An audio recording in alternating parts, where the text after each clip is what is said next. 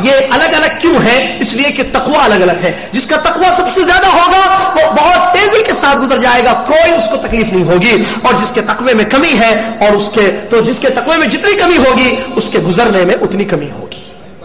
تو تقوی کی وجہ سے انسان کو نجات ملے گی وہاں پر. اور یہی نہیں میرے بھائی, آخرت کا سب سے بڑا فائدہ, جس کو جنت مل جائے وہ کامیاب ہے. قرآن نے کہا فَمَنْ زُحْزِحَ عَنِ النَّارِ وَأُدْخِلَ الْجَنَّةَ فَقَدْ فَازَ. جس کو جہنم سے دور کر دیا گیا, جنت میں داخل کر دیا گیا, وہ کامیاب ہے. جس کو جہنم سے دور کر دیا گیا, جنت میں داخل کر دیا گیا, وہ شخص کامیاب ہے. اب اللہ تعالیٰ قرآن میں ان جنت کے حقداروں کے بارے میں بیان فرماتا ہے, اعدت للمتقین. اللہ تعالیٰ نے جنت کو تیار کیا, جس جنت کے بارے میں مشہور حدیث ہے کہ ما لا عین رأت ولا اذن سمعت, کہ کسی کان نے نہیں دیکھا, کہ کسی کان نے اس کے بارے میں نہیں سنا ہوگا, کسی آنکھ نے نہیں دیکھا ہوگا, ولا خطر علی قلب بشر, کسی کے دل میں بھی خیال نہیں آیا ہوگا کہ کیا کیا نعمت اللہ نے رکھی ہے. تو یہ جو تیار کیا ہے نعمتوں سے اللہ تعالیٰ نے جنت کو, کس کے لیے؟ ایمان والوں کے لیے. کیا فرماتا ہے اللہ قرآن میں؟ یہ آیت کئی جگہ ہے, اعدت للمتقین, ان لوگوں کے لیے تیار کیا گیا ہے جو اللہ تعالیٰ سے ڈرتے ہیں, متقی ہیں, تقوی والے ہیں. تو برادران اسلام, تقوی کا فائدہ نہ صرف دنیا میں بلکہ آخرت کی اخروی زندگی میں ملتا ہے. دنیا کی پریشانیاں, روزی کا معاملہ خلاص, اور وہاں پل صراط سے نجات, اور جنت کے وہ مستحق بنتے ہیں. اعدت للمتقین. اور قرآن کے بارے میں اللہ تبارک و تعالیٰ نے بیان فرمایا ھدی للمتقین. دیکھیے ہر جگہ متقی, تقوی, یہ قرآن ہدایت. دیکھیں آج ہم قرآن پڑھتے ہیں, رمضان میں قرآن پڑھتے, نماز پڑھتے, روزہ رکھتے ہیں, لیکن نہ گناہوں سے دور ہماری زندگی ہے, نہ فرما بردار ہم ہیں, متی اور فرما بردار ہیں. وجہ کیا ہے؟ قرآن ہے, پھر اثر کیوں نہیں ہے؟ قرآن ہدایت ان لوگوں کے لیے جو ڈرتے ہیں. ھدی لل, سورہ بقرہ کی پہلے الف لام میم ذالک الکتاب لا ریب فیہ, آگے ھدی للمتقین, متقیوں کے لیے ہدایت. اچھا, تقوی عمل جو میں نے کہا آگے الذین یؤمنون, آگے پورے وہاں اعمال ذکر کیے گئے ہیں. تو تقوی کا مطلب یہی ہے کہ آپ عمل کریں, اطاعت اور فرمانبرداری کریں, ورنہ تقوی نہیں ہے آپ کا. متقی کیسے کہ دل میں اندر ڈر ہے, جیسے لوگ کہتے ہیں, میں نے کہا کہ دل تو اندر, ڈر تو یہاں ہوتا ہے, ہم سگریٹ پی رہے ہیں, ہم گناہ کر رہے ہیں, ہم فلمیں دیکھ رہے ہیں, ہم بے پردہ گھوم رہی ہیں, کیا فرق پڑتا ہے؟ اصل تو یہاں ہے. تم کیا جانتے ہو اندر کتنا ڈر ہے ہمارے دل میں؟ میری بہن, میرے بھائی, اگر اندر ڈر ہوتا تو اس کا اثر باہر ہوتا. کیونکہ متقین ان کو نہیں کہتے جو صرف اندر ڈرنے والے ہوتے ہیں. متقی, تقوی کی تعریف, ڈیفینیشن تو یہ ہے کہ انسان اللہ کی اطاعت اور فرمانبرداری کرے اور اللہ کی نافرمانی اور گناہوں سے اپنے آپ کو بچائے. برادران اسلام, اس تقوی کی آج ضرورت ہے. آج دیکھیں شوہر بیوی کے جھگڑے, آج غور کریں, میاں بیوی کا جھگڑا, ٹھیک ہے, آپس میں ہمارے آپسی جھگڑے, یہ وہ آپس میں ایک دوسرے کے جھگڑے, رشتہ داروں کے جھگڑے, بیٹے اولاد ماں باپ کی فرمانبرداری, ماں باپ بچوں کو اسلامی تربیت, اسلامی تعلیم نہیں دے رہے ہیں, ساس اور بہو میں جھگڑا چل رہا ہے, اور وہ جو دو بھائیوں کی دو بیویاں ہوتی ہیں, پتہ نہیں کیا کہتے ہیں اردو میں اس کو, اٹھانی ہمارے یہاں, ان کے آپس کے جھگڑے, بھائیوں کے جھگڑے, آفس میں کام کرنے والے آپس میں لوگوں کے جھگڑے. ان سارے جھگڑوں کے پیچھے مقصد کیا ہے؟ یہ سارے جھگڑے کیوں ختم نہیں ہو رہے ہیں؟ ڈر ختم ہو گیا اندر سے. اگر ڈر ہوگا اندر تو پھر ساس نہیں بنے گی, ماں بن جائے گی. ڈر ہوگا, بہو اپنا راج نہیں کرے گی, بیٹی بن کر زندگی گزارے گی. ڈر ہوگا, بیوی اپنے شوہر کو اپنے کنٹرول میں نہیں رکھے گی, ریموٹ کے جیسی, آگے جاؤ پیچھے آؤ, ادھر جاؤ ادھر جاؤ, پیسے ان کو نہیں بھیجنا, ادھر بھیجو ہمارے اماں کو, تمہاری اماں کو نہیں, ادھر بھیجو ادھر, اور پیسے لے کر اندر رکھتی ہے ایسی سی بھی. یہ سب کیا ہے؟ ڈر ختم ہے. تو راج ختم ہو جائے گا اگر دل میں ڈر ہوگا. تو وہ بیوی پھر پکی بیوی بنے گی, فرما بردار بیوی بنے گی. شوہر نوکرانی نہیں بنائے گا بیوی کو, اٹھو برتن صاف کرو, وہ کرو, یہ کرو, چلو, نہیں. ڈر اگر ہوگا تو پھر اس کی عزت کرے, بیوی کو بیوی کے جیسے رکھے گا. بھائی سارے مسئلے ختم ہو جائیں گے. ڈر اللہ کا آ جائے, یہ ڈر نہیں ہے نا ہمارے پاس, اس کی ہے سب کے پاس, سب کے پاس اللہ تعالیٰ. نبی علیہ الصلوۃ والسلام ہمیشہ اللہ تعالیٰ سے دعا کرتے تھے. آپ کی دعائیں دیکھیں, آپ کی دعائیں پڑھ کر دیکھیں, حسن مسلم ہے نا گھر میں, پڑھ کر دیکھیں تقویٰ کہاں کہاں مانگا گیا ہے, تقا کہاں کہاں الفاظ آئے ہیں, کتنی دعائیں ہیں ایسی نبی صلی اللہ علیہ وسلم کی, جہاں نبی صلی اللہ علیہ وسلم نے یہ فرمایا کہ اے اللہ, اللہم انی اسألوک, اللہم انی اسألوک, اللہم انی اعوذ بک من قلب لا یخشع, ایک وہ دعا جو مشہور ہے یاد آ رہی ہے مجھے, اے اللہ میں سے دل سے تیری راہ چاہتا ہوں کہ جس میں خون نہ ہو, تیرا ڈر نہ ہو. اللہ کے نبی محمد صلی اللہ علیہ وسلم دعا کرتے تھے کیونکہ تقوی دینے والا اللہ ہے.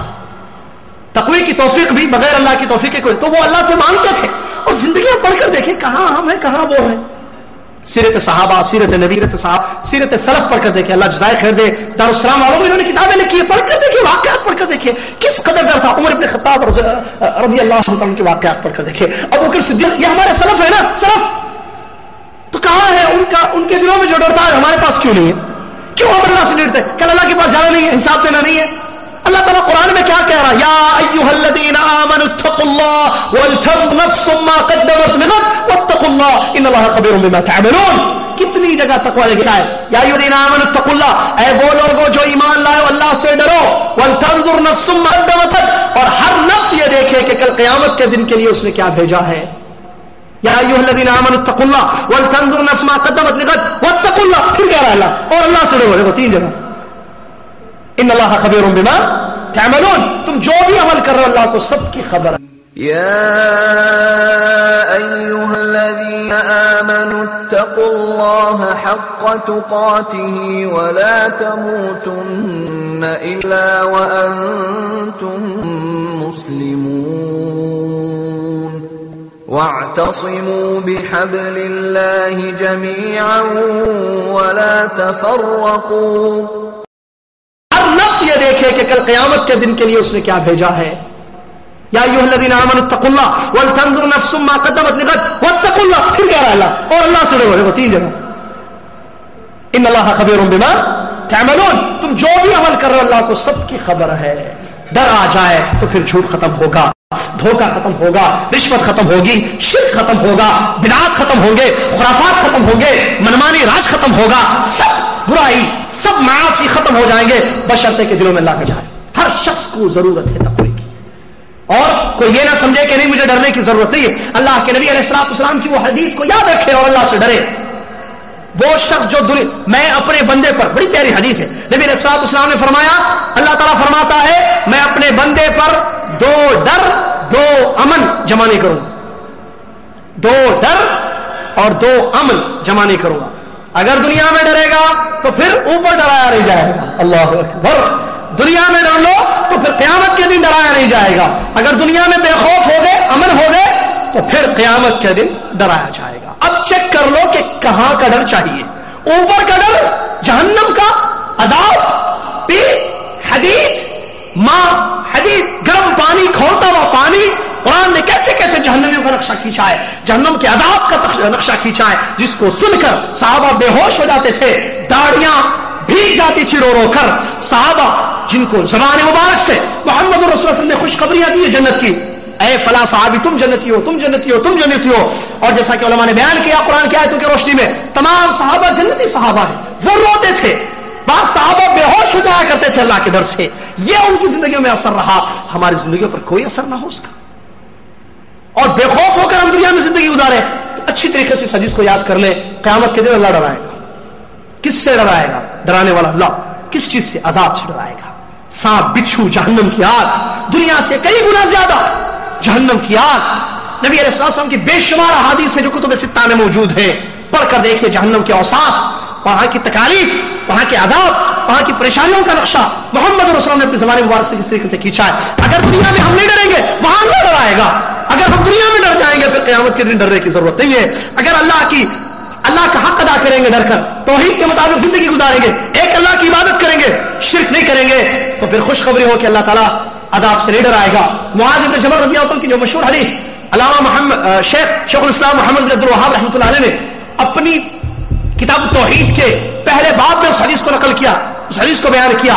معاذ بن جبل رضی اللہ عنہ نبی علیہ السلام کے ساتھ سوار ہیں, گدھے پر بالکل پیچھے بیٹھے ہوئے ہیں. نبی علیہ السلام نے فرمایا, اے معاذ کیا تم جانتے ہو اللہ کا حق کیا ہے بندوں پر, بندوں کا حق اللہ پر کیا ہے؟ نبی علیہ السلام حضرت معاذ جبل رضی اللہ عنہ نے فرمایا, اللہ ورسول عالم, اللہ اس کے رسول بہتر جانتے. نبی علیہ السلام نے کیا فرمایا؟ اللہ کا حق بندوں پر یہ ہے کہ اس کی عبادت کرے اور اس کے ساتھ کسی کو شریک نہ کرے, اور بندوں کا حق اللہ نے اپنے اوپر یہ رکھ لیا ہے کہ اللہ تعالیٰ اس کو عذاب نہیں دے گا جو دنیا میں اللہ کا حق ادا کرے گا. اللہ سے ڈریں گے, شرک نہیں کریں گے دنیا میں, تو اللہ تعالیٰ قیامت کے دن عذاب نہیں دے گا. جو شرک کرے گا دنیا میں, اللہ سے نہیں ڈرے گا, اللہ کے ساتھ غداری کرے گا,